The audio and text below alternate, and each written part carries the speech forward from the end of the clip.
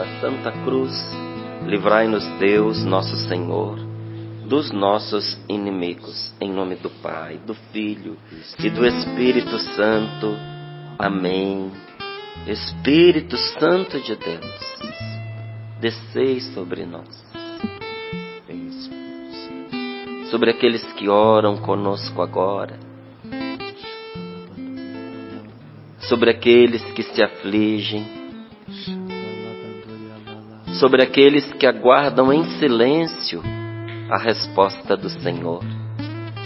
Divino Espírito de Deus, descei sobre nós, sobre aqueles que têm fome e sede da palavra de Deus, sobre aqueles que estão buscando um rumo diferente para a sua vida. Nós suplicamos que o Senhor nos abençoe, que o Senhor venha repousar sobre nós, que o Senhor abra as suas asas de misericórdia, de compaixão e nos envolva a todos nós nesse momento de oração e de escuta da palavra de Deus. Sem Ti, Divino Espírito Santo, nós escutamos, mas não ouvimos.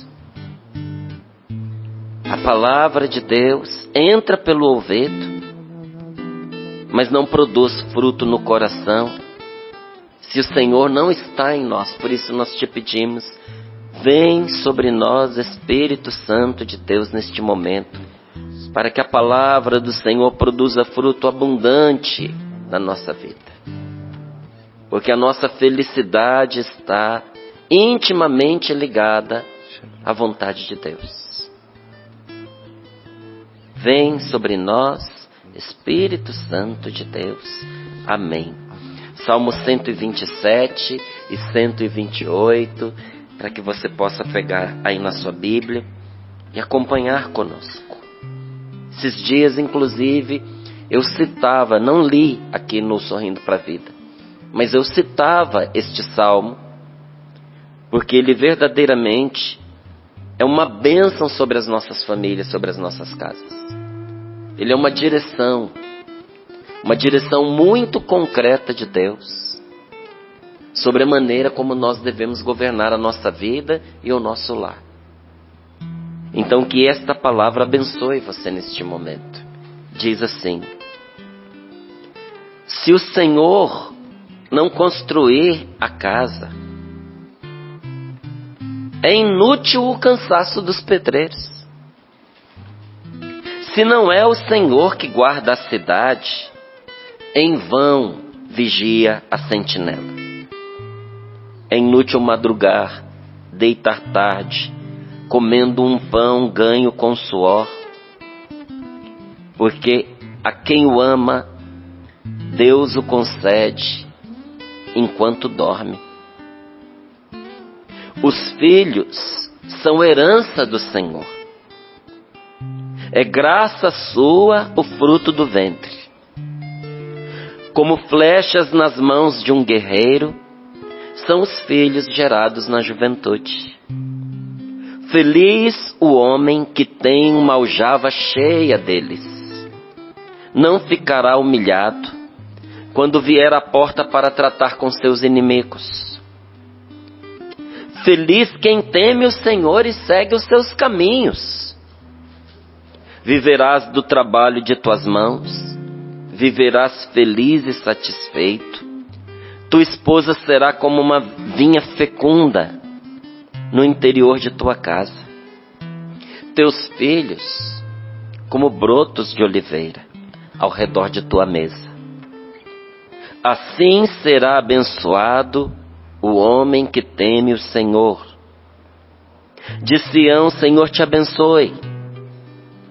Possas ver Jerusalém feliz todos os dias de tua vida. E vejas os filhos de teus filhos. Paz, paz sobre Israel. Paz sobre você, paz para a sua casa. Paz a todo homem e toda mulher de boa vontade, que de coração aberto ouve agora a palavra de Deus. A paz de Deus sobre você. A paz de Deus sobre o seu lar, essa paz que desarma, que desmantela as armadilhas de Satanás. Porque o demônio não pode com a paz de Deus. Não pode. Onde Deus está, aí se manifesta a paz do Senhor. Onde o diabo está, aí se manifesta a angústia, a divisão, a discórdia, a sensação de morte, o pavor diante dos perigos iminentes. Mas onde está Deus, prevalece a paz de Deus, e essa paz derrota todo o mal, derrota o maligno e as suas malignidades. Palavra do Senhor. Graças a Deus. Graças a Deus. Se o Senhor não construir a casa, se o Senhor não construir o seu lar, se o Senhor não construir a sua família, é inútil todo esforço que você faz. Essa é uma verdade. Porque eu e você podemos trabalhar. O ser humano pode trabalhar, pode se dedicar, pode se empenhar, mas é Deus quem edifica a sua família. Você pode se esforçar para ser uma boa esposa, você pode se esforçar para ser o melhor marido, você pode se esforçar para ser um bom pai, uma boa mãe, você pode se esforçar para ser um bom filho, mas se faltar Deus na sua casa, faltou massa para o alicerce, faltou tijolo, faltou estrutura. Quanto maior a sua construção, mais perigo é quando ela desabar, porque desaba.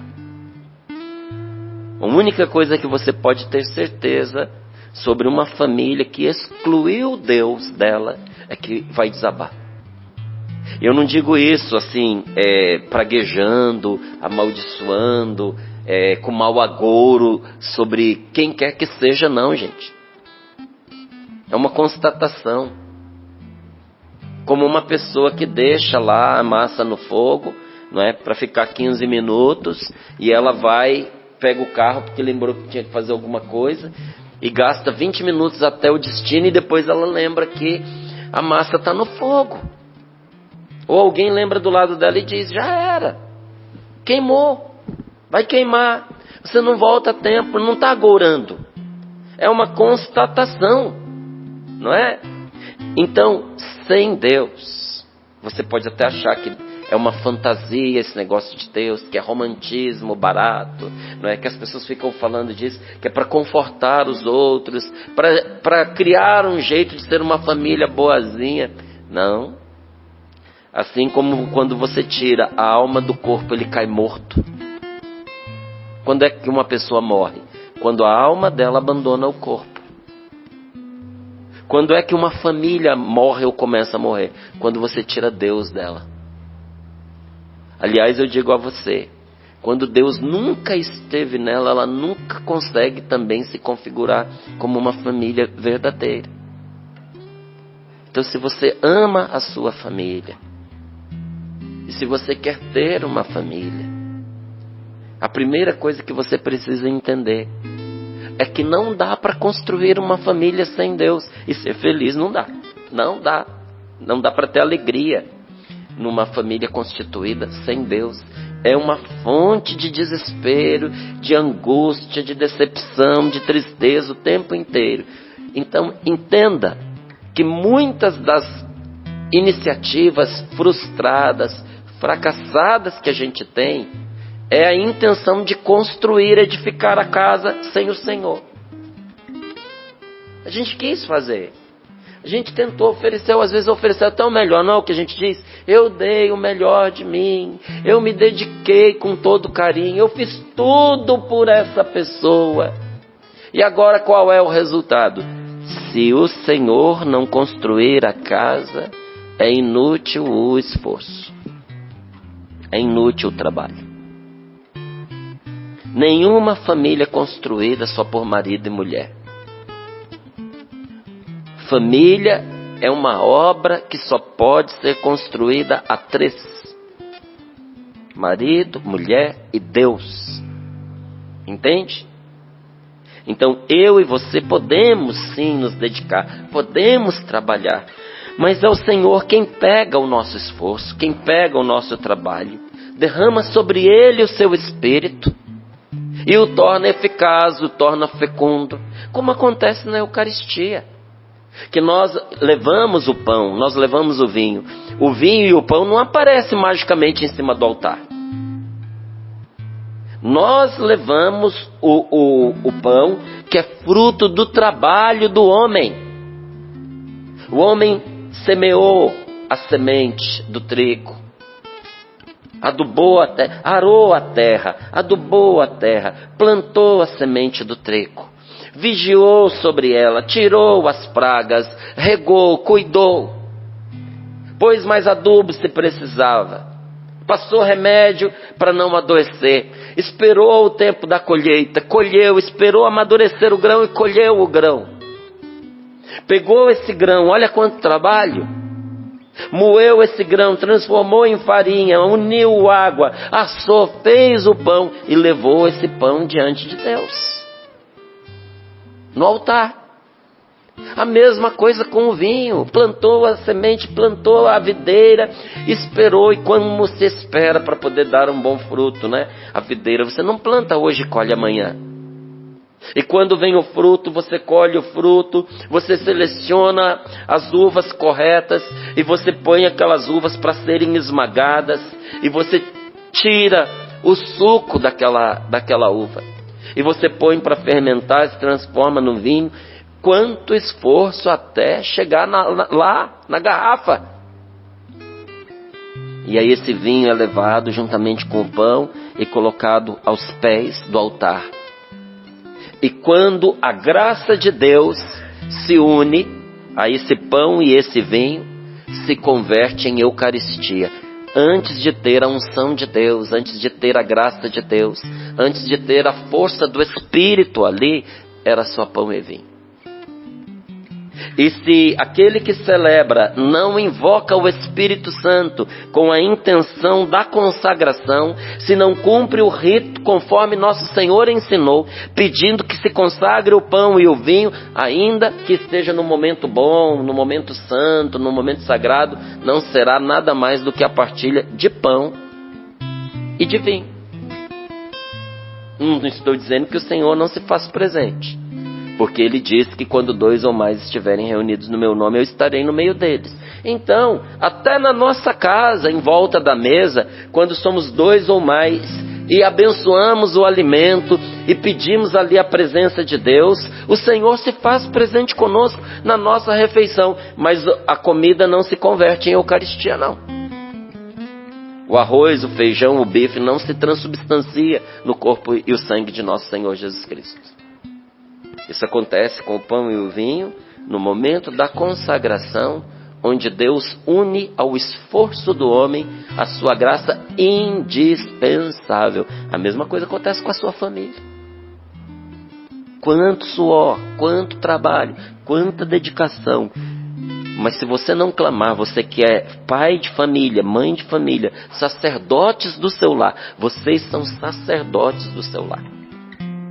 Assim como o padre o é na igreja, você, pai, o é dentro da sua casa. Por isso que a sua casa é chamada igreja doméstica. Assim como o padre é dentro da igreja, você, minha querida, você o é dentro da sua casa, na sua família. Por isso que quando você invoca a força do Espírito Santo sobre o que vocês estão fazendo para o bem da sua casa, tudo se transforma. O que antes era esforço se transforma em poder. Quer transformar esforço em poder? Clame pela força do Espírito Santo. Clame pela presença de Deus. Quer transformar esforço em poder? Você precisa pedir que Deus venha sobre o seu esforço. Enquanto você não faz isso, é apenas esforço. Mas é um grande esforço e vai produzir resultado.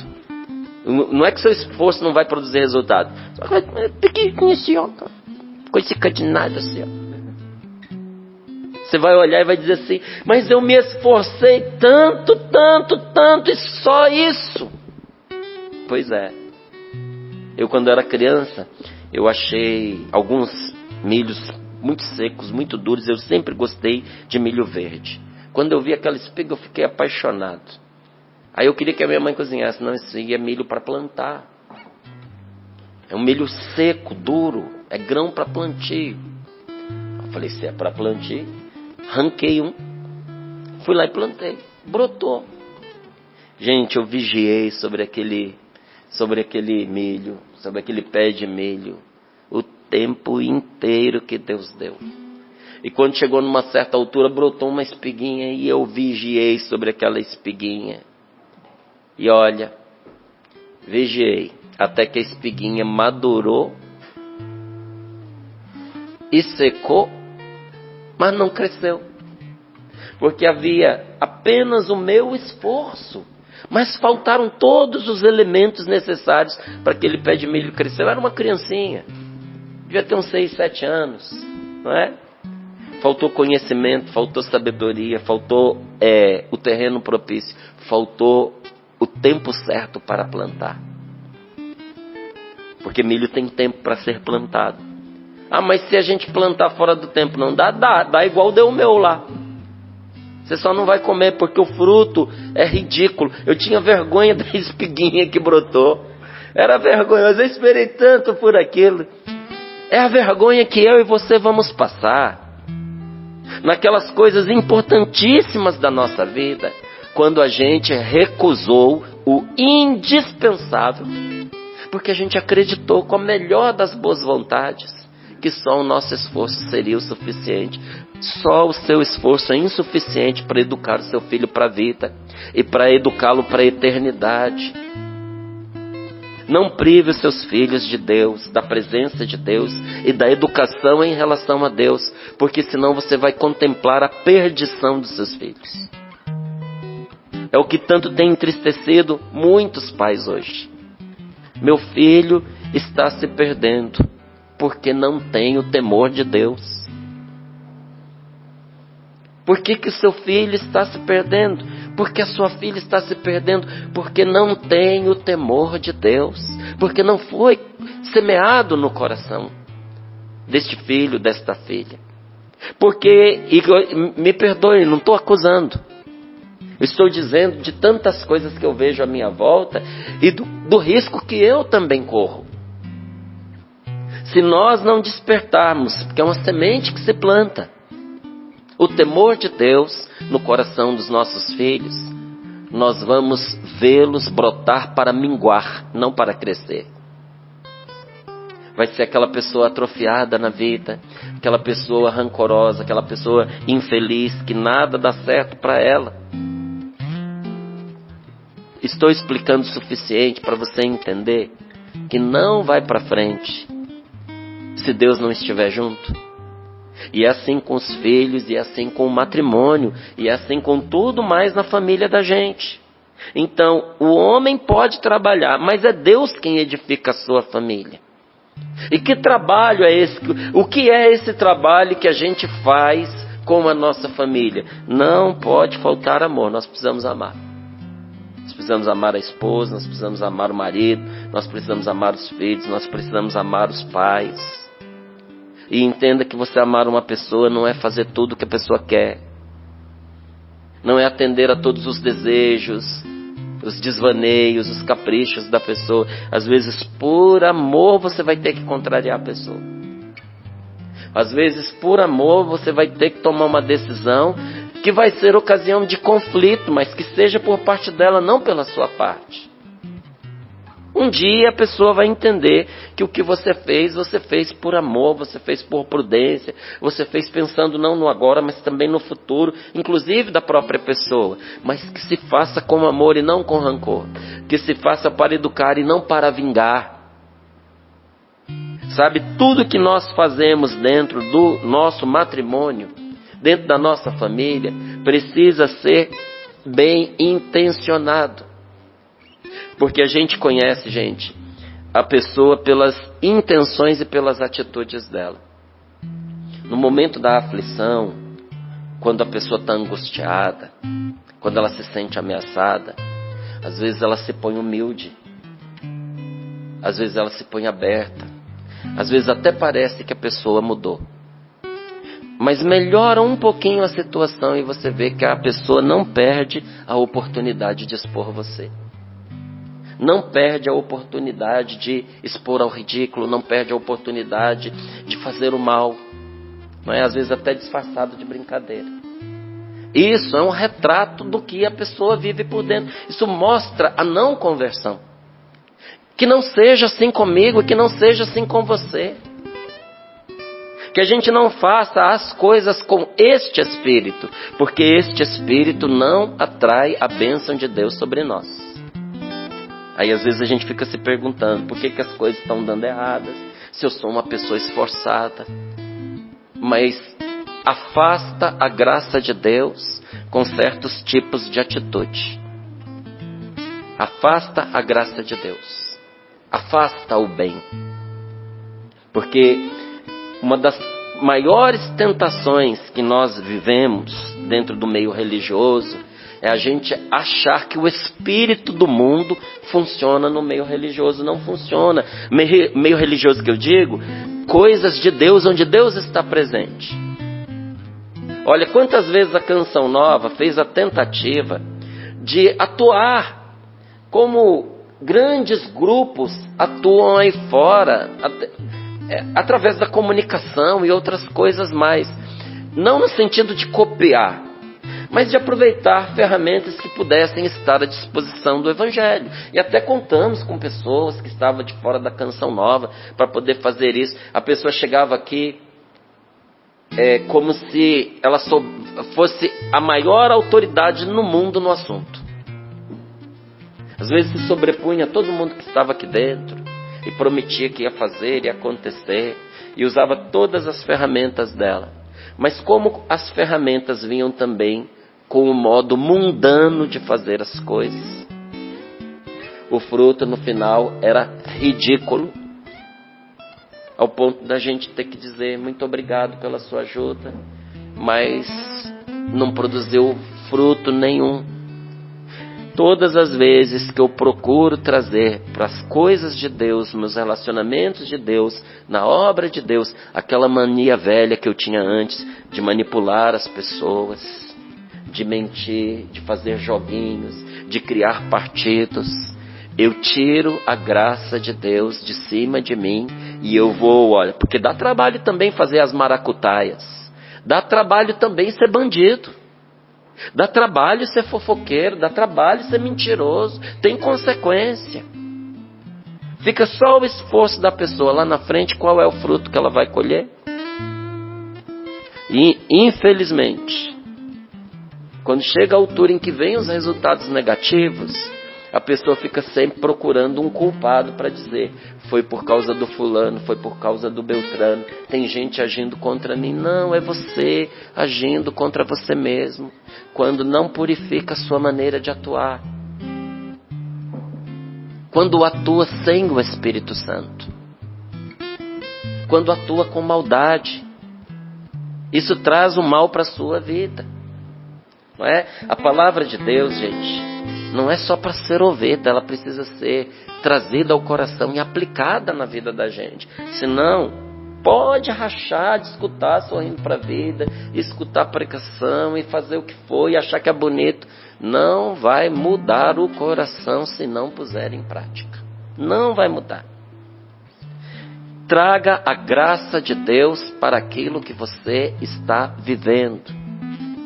Invoque a presença do Espírito Santo. Seja humilde diante de Deus.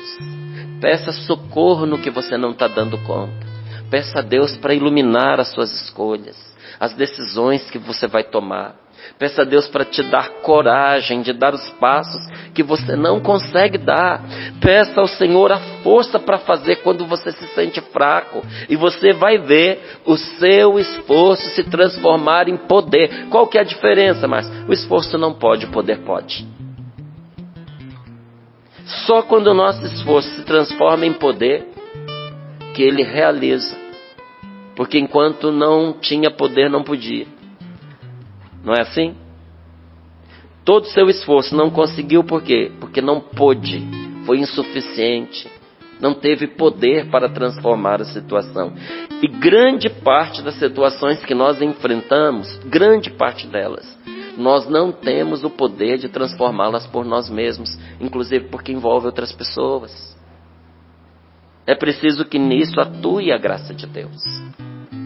Veja que tudo que diz respeito à sua família, diz respeito a outras pessoas. E você não tem o poder de mudar nem a cabeça, nem o coração de ninguém. Você precisa que nesta situação atue o Espírito Santo. E a gente o que faz? Enquanto a gente clama a Deus, a gente age por amor e não por despeito. A gente age por amor e não por vantagem própria. E não por vanglória. Entende? Se você fizer com o amor que você está fazendo e tiver a humildade para pedir a presença de Deus e que Deus atue com você, você verá, será infalível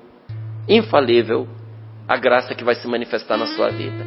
É impossível que você não receba de Deus o que você está pedindo e muito mais. E quando isso em relação a tudo na nossa vida, tudo. Mas quando diz respeito à nossa família, é especialmente para ela. Porque família é um dom de Deus. Não foi o que você leu aqui comigo? Se o Senhor não construir a casa, é inútil o cansaço dos pedreiros. Se não é o Senhor que guarda a cidade, em vão vigia a sentinela. É inútil, meu filho. É inútil, minha filha, você acordar de madrugada, você deitar tarde para comer, para conseguir o pão ganho com suor para sustentar a sua família. Se Deus o concede a quem o ama, até mesmo enquanto a pessoa dorme. Ah, quantas situações eu teria para dizer para você que eu batalhei, eu lutei, eu me esforcei e parecia que não ia dar em nada, mas o que eu fiz com Deus. E aí a gente vai descansar, às vezes a gente deixa até aquela situação de molho, porque você já fez tudo que você podia. E de repente vem como um presente a resposta, a solução, a saída. Quando você piscou, cochilou, enquanto dormia, a graça aconteceu para você, porque Deus deu. Deus deu a você porque você o ama, porque você está com Ele. E diz aqui, os filhos são herança do Senhor. É graça sua o fruto do ventre. É um presente de Deus, os filhos numa família. Família é dom de Deus. Por isso é santuário. Nós temos que entender que a nossa casa precisa ser sagrada, precisa ser santa. Tem certas coisas que a gente não faz dentro de casa. A gente não deve fazer em lugar nenhum, mas muito menos dentro da casa da gente. Tem certas pessoas que a gente não convida para a casa da gente. Perca esse escrúpulo besta de achar que você tem que levar todo mundo para dentro da sua casa, porque você acha constrangedor, não é, dizer não para a pessoa ou não receber a pessoa. Aqui na Canção Nova, nós somos, inclusive por regra de vida, aconselhados a acolher as pessoas, mas está escrito lá com prudência e discernimento. A gente tem que ter prudência e discernimento em quem a gente traz para a casa da gente. Sabe o que significa trazer para casa? Para a vida da gente, porque casa não é parede, casa é o nosso lar. Onde é a minha casa? Onde a minha esposa está? Se está comigo a minha mulher e os meus filhos, ali é a minha casa. Se a minha esposa vai em viagem comigo, A minha casa está comigo, o meu lar está comigo. Então, entenda o que é você trazer quem você não deve para dentro da sua casa. Não significa você simplesmente oferecer um quarto para uma pessoa que está passando. Significa que você está colocando na sua vida aquela pessoa. E quanta gente trouxe o mal para dentro do seu relacionamento familiar por não ter sabedoria, não ter discernimento, tratar a sua família como se fosse qualquer grupo. Não, a sua família é sagrada. É sagrada. Tem gente que você não teria coragem de levar no seu trabalho, porque pegaria mal para você, e você leva para sua casa. Tem gente que você não teria coragem de ser visto com aquela pessoa, por outras que são importantes para você, e que te admiram e te respeitam, ou você admira e você respeita, e você leva para sua casa. Discernimento, porque a sua casa é sagrada. Nela estão aqueles que Deus lhe deu, lhe concedeu. E quem você precisa zelar. Não se trata de ter uma família fechada em si mesma, viu, gente? Porque todo grupo fechado em si mesmo adoece. Se a Canção Nova se fechar em si mesma, não, mãe, nós somos a Canção Nova, nós somos do núcleo da Canção Nova, então quem é da comunidade do segundo elo é diferente. Não, nós somos a comunidade Canção Nova, núcleo e segundo elo, então Deus fala com... pelo amor de Deus, entende? Como se a pessoa fosse melhor por ser da Canção Nova. Me perdoe, dá licença. Fechou em si. Vai adoecer. A saúde da Canção Nova, de uma congregação e de uma família, é se abrir para as pessoas, para o mundo, para servir. E não virar uma bolha, porque isso adoece a gente. Então, quando eu digo para você tomar cuidado com quem você leva para sua casa, não é você se fechar, mas é você não também abrir a porteira para qualquer um, né? Entrar e assaltar a sua família, machucar seus filhos, abusar da sua esposa, roubar o seu marido, ou ir lá plantar porcaria na cabeça dos seus filhos, no coração da sua mulher, se insinuar para o seu marido, plantar o joio, aonde deve ser plantado somente o trigo da bondade de Deus. Você entende? E eu sei que entende. Nossa casa é a igreja doméstica. Então, sem o homem, Deus não quis construir essa casa. Sem o ser humano. Sem a mulher, Deus não quis construir uma família. Sem o homem, Deus não quis construir uma família. Sem o homem e a mulher, Deus não quis construir uma família, não quis. A vontade de Deus passa pela união de um homem e uma mulher para construir uma família. Sem o homem, Deus não quis construí-la, mas sem Deus o homem não pode mantê-la. Sem Deus você não consegue manter a sua família. E se Deus não está no seu lar, se Deus não está no seu lar, querido, a pessoa vigia em vão. Olha, você vai vigiar o seu marido, mas a mulher vai roubar seu marido. Você vai vigiar a sua esposa, mas você vai ficar 24 horas com ela, tirar colo. Quantos pais poderiam dizer que vigiaram os filhos, e foi num momento de vacilo que aconteceu um desastre, um acidente, um coma alcoólico, a primeira experiência no uso de drogas, um estupro, um abuso. Olha, sem Deus, a nossa vigília, o vigiar sobre o outro, é estéril, é muito fraquinho, não é? Então, se Deus não está no lar, a pessoa vigia em vão, porque o ladrão, o assassino, que é o demônio, é mais forte que nós. Você não tenha dúvidas disso. Se a gente tirar Deus da jogada, Satanás é mais forte do que nós. Mas põe Deus, aí ele não pode nada, porque ele é mais forte do que nós, mas não é mais forte do que Deus.